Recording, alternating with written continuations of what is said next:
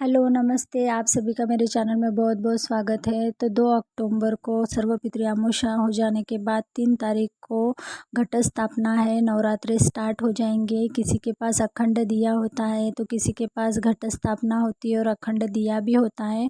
तो इस 9 दिनों में हमें माता रानी की बहुत सी सेवाएं करनी है। उसमें की एक सेवा के बारे में मैं आज आपको बताऊंगी। तो फ्रेंड्स, आपसे मेरा निवेदन है कि आप मेरे चैनल पर पहली बार आए तो मेरे चैनल को ज़रूर से सब्सक्राइब कीजिए। मेरी दी गई जानकारी आपको पसंद आती है तो लाइक कीजिए, ज़्यादा से ज़्यादा लोगों तक शेयर कीजिए।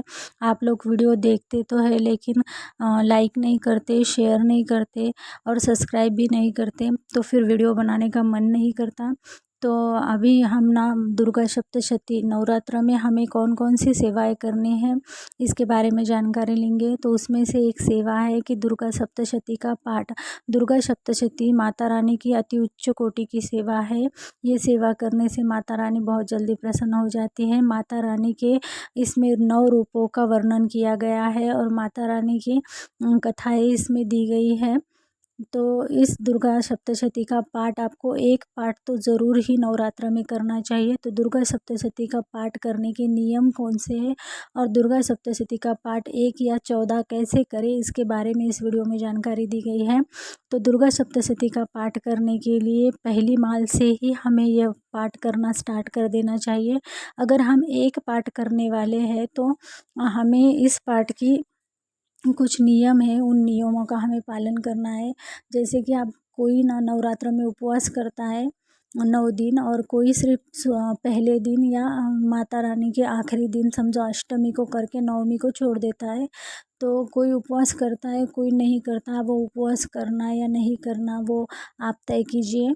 मैं सिर्फ आपको दुर्गा सप्तशती पाठ कैसे करना है वो बताती हूँ। नवरात्र में अगर आप दुर्गा सप्तशती पाठ संकल्प युक्त आपकी कोई मनोकामना बोलकर कर रहे हैं तो ज़रूर आपकी मनोकामना पूरी होगी।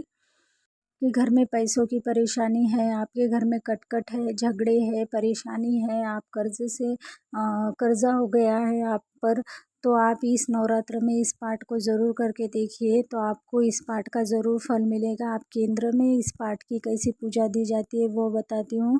तो हमें एक पाठ करना है। अगर आपको 9 दिन में माता रानी का एक पाठ करना है तो आपको सबसे पहले स्वामी स्तवन जो नित्य सेवा की किताब में दिया गया है वो एक बार पढ़ना है। उसके बाद श्री स्वामी समर्थ मंत्र की एक माळ करनी है।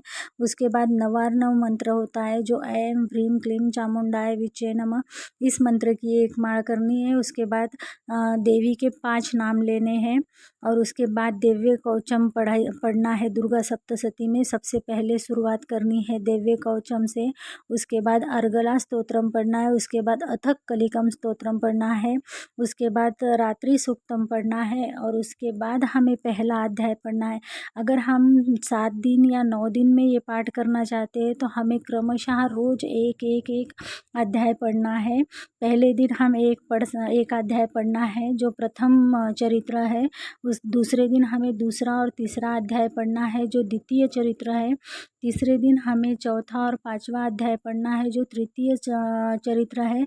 उसके बाद हम एक अध्याय पढ़कर ऐसे 13 अध्याय पढ़ सकते हैं। और जिस दिन हमारे 9 दिन या 7 दिन दुर्गा सप्तशती के एक पाठ के हो गए, 13वां अध्याय हमारा ख़त्म होगा। उसके बाद हमें वापस से तंत्रोक्त देवी सूक्त पढ़ना है, प्रावधानिक रहस्य पढ़ना है, वैकृतिक रहस्य पढ़ना है, मूर्ति रहस्य पढ़ना है और देवी अपराध क्षमा स्तोत्रम पढ़ना है।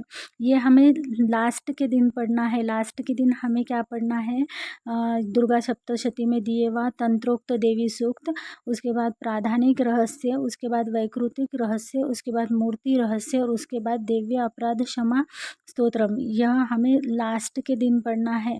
लेकिन रोज़ जब हम एक अध्याय लेंगे तो तब हमें ना अध्याय की शुरुआत करते समय रोज़ श्री स्वामी स्तवन एक बार बोलना है, फिर स्वामी समर्थ महाराज की माळ एक बार करनी है। उसके बाद एक माळ नवार्णव मंत्र की करनी है। नवार्णव मंत्र है ओम ऐं ह्रीं क्लीं चामुंडाय विच्चे नमः। और फिर देवी के 5 नाम लेने हैं, दिव्य कवचम, आर्गला स्तोत्रम, अखत कलिकम और रात्रि सूक्तम। रोज़ हमें इतना चार ये पढ़ने के बाद एक अध्याय पढ़ना है। इस तरह हमारा दुर्गा सप्तशती का एक पाठ पूरा होता है। आप इस तरह से 7 दिन में या 9 दिन में एक पाठ कर सकते हैं। लेकिन अगर आपको दुर्गा सप्तशती के एक पाठ के तो नियम मैंने आपको बता दिए, तो आपको 2, 3, 5, 7 आप ये 9, 14 आपकी जितनी इच्छा है उतनी आप पाठ कर सकते हैं। 14 पाठ अगर घर में हो तो घर के अंदर जितनी भी नेगेटिविटी है, जितनी भी अड़चन है, पैसों की दिक्कत है, सारी परेशानी दूर होगी देवी ये दुर्गा सप्तशती पाठ से, 14 पाठ करने से। तो अगर आपको 14 पाठ करने हैं तो 14 पाठ करने के लिए आपको रोज़ एक पाठ कैसे पूरा होता है वो बताती हूँ। श्री स्वामी स्तवन एक बार पढ़ना है, उसके बाद श्री स्वामी समर्थ मंत्र की एक माळ करनी है, उसके बाद नवारणु मंत्र की एक माळ करनी है, देवी के 5 नाम लेने हैं, दिव्य कवचम पढ़ना है, अर्गला स्तोत्रम पढ़ना है, अथक कलिकम स्तोत्र पढ़ना है, रात्रि सूक्त पढ़ना है, फिर 1 से 13 अध्याय एक ही बैठक में पढ़ने हैं। उसके बाद तांत्रोक्त देवी सूक्त पढ़ना है, उसके बाद प्रावधानिक रहस्य पढ़ना है, उसके बाद वैकृतिक रहस्य पढ़ना है, उसके बाद मूर्ति रहस्य पढ़ना है और देवी अपराध क्षमा स्तोत्रम पढ़ने से यह एक पाठ होता है और एक दिन में होता है। मतलब ये पाठ करने के लिए 2 घंटे लग जाते हैं और आप नए हैं तो 2 घंटे लगेंगे। तो रोज़ का एक पाठ मतलब आप 9 दिन में 9 पाठ कर सकते हैं। अगर आपको 14 पाठ करने हैं तो 3 दिन या 4 दिन आपको 2 पाठ करने होंगे, सुबह 1 पाठ और शाम में 1 पाठ। लेकिन 14 पाठ की जो ये सेवा है ना, ये अद्भुत फलदायी सेवा है। अगर आपका कोई काम है बहुत दिनों से अटका हुआ हो नहीं रहा, या आपके घर में बहुत परेशानी है, झगड़े हैं, तंटे हैं, कर्ज हो गया है, पैसा घर में नहीं है, दरिद्रता से आप जूझ रहे हैं, तो आपको आपके घर से ये सारी परेशानियों को दूर करनी है तो आप ना 14 पाठ का 14 पाठ करिए। 14 पाठ का संकल्प लेकर संकल्प युक्त ये दुर्गा सप्तशती के 14 पाठ घर में कीजिए। तो इस 14 पाठ के करने से पहले पहले ही आपके जीवन की सारी समस्याएं कम हो जाएगी। कभी भी ना भगवान की सेवा करते समय ना हमारा जो सेवा करने का उद्देश्य है, हमारा जो सेवा के ऊपर विश्वास है वो दृढ़ होना चाहिए, हमारी भक्ति दृढ़ होनी चाहिए, तो ज़रूर हमारे काम बनते हैं। तो आप चाहे तो मैंने आपको एक पाठ कैसा करना है वो भी बताया और 14 पाठ कैसे करने हैं वो भी बताया, तो आप ये पाठ कर सकते हैं। मैं आपको ये पाठ जब हम करने के लिए संकल्प युक्त पाठ करने के लिए जब हम चालू करते हैं तो हमें कौन से नियमों का पालन करना है इसके बारे में बताऊंगी। तो क्या करना है ना, जब हम कोई भी संकल्प युक्त सेवा करते हैं पहले दिन हमें संकल्प लेना है। तो संकल्प कैसे लेना है, तो हमें हाथ में थोड़ा सा जल लेना है, उसमें थोड़े से अक्षत, हल्दी, कुमकुम, 1 फूल और 1 रुपये का सिक्का लेकर अपना नाम लेना है और अपना गोत्र का नाम लेना है। अगर आपको गोत्र का नाम नहीं पता है तो आप कश्यप गोत्र की बोल सकते हैं और फिर मन में ही आपकी मनोकामना बोलनी है और बोलना है कि मैं आज से आपके इतने पाठ, 1 पाठ, 7 पाठ, 3 पाठ, 4 पाठ, ऐसे 4 नहीं, 1, 3, 7, 5, 9 ऐसे ही पाठ करने हैं, विषम संख्या में पाठ करने हैं। तो मैं इतने पाठ करूँगी, मेरी ये मनोकामना पूर्ण हो बोल के संकल्प लेना है।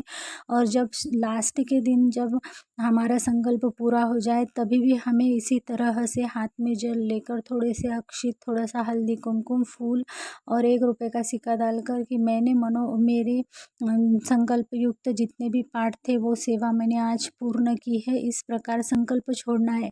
ये तो हो गया संकल्प छोड़ने के और संकल्प लेने के बात। अब मैं आपको बताऊंगी कि नियम। तो जब भी आप संकल्प युक्त सेवा करें तो तब से आपको पर अन्न वर्ज्य है, आप दूसरों के घर का अन्न मत खाइए, दूसरों के घर का अन्न खाने से दोष लगता है।